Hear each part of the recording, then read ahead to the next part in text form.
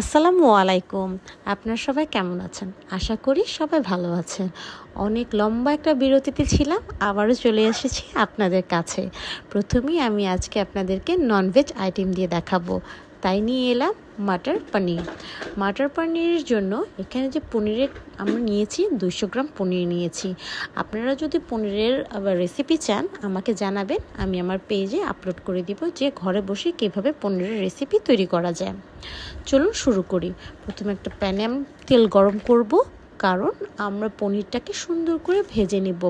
পনির ভাজার পিছনে কিন্তু কিছু কারণ আছে। পনিরটাকে যদি আমরা দুই সাইড থেকে সুন্দর করে ব্রাউন করে ভেজে নিতে পারি, তাহলে কিন্তু রান্না করার সময় পনিরগুলো ভাঙবে না এবং খেতেও মজা লাগবে।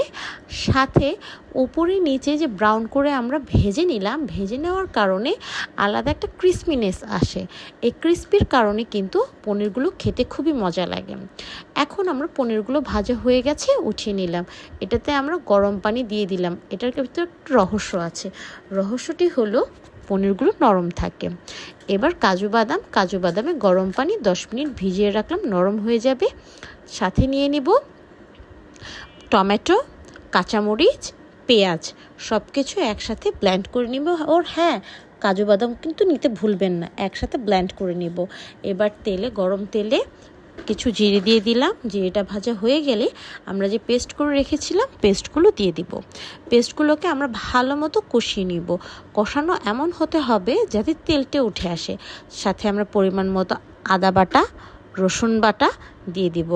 আদা রসুন বাটাটাও যখন মিক্স হয়ে যাবে এবং আবার তেল উঠতে শুরু করবে, তখন আমরা এটাতে পরিমাণ মতো লবণ দিয়ে দিব। লবণ দেওয়ার পরে আমরা হলুদের গুঁড়া, মরিচের গুঁড়া, ধনিয়া গুঁড়া, জিরা গুঁড়া, গরম মশলা গুঁড়া সব কিছু দিয়ে আবার ভালো করে মিশিয়ে নিব, ভালো করে কষিয়ে নিব। কষিয়ে নেওয়ার পরে পানি দিয়ে দিব। পানিগুলোকে ভালো করে ফুটতে দিব। ফোটার পরে আমরা এই পর্যায়ে পনিরের সাথে যে মটরশুঁটি ইউজ করব, মটরশুঁটিগুলো দিয়ে দিব। মটরশুঁটিগুলো আমরা কিন্তু ভালো করে সিদ্ধ করে নিব। যারা রিজার্ভ করে রাখেন সেটা তো হাফ সিদ্ধ থাকে, বেশি সময় লাগবে না। কিন্তু যারা একদম ফ্রেশটা দিচ্ছেন তাদের একটু বেশি সময় লাগবে। এখন হচ্ছে আপনার এটাকে ভালো মতো কষানো হয়ে গেলে যখন দেখবেন যে মটরশুঁটিটা হয়ে গেছে, এটার ভিতরে আপনি তখন পনিরগুলো দিয়ে দিবেন। পনিরগুলো দিয়ে দেওয়া হয়ে গেলে আপনারা ঢাকনা দিয়ে ঢেকে দেবেন। ঢাকনা দিয়ে যদি ঢেকে দেন, ঢেকে দেওয়ার পরে আবারও দেখবেন যে উপরে তেল ভেসে উঠেছে এবং সুন্দর একটি ঘ্রাণ চলে এসেছে। আমি কিন্তু ঘ্রাণ পাচ্ছি।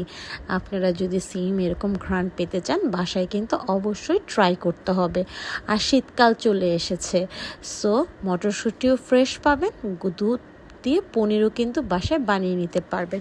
আর হ্যাঁ, লাস্টে কিন্তু উপরে গরম মশলা ছিটাতে ভুলবেন না।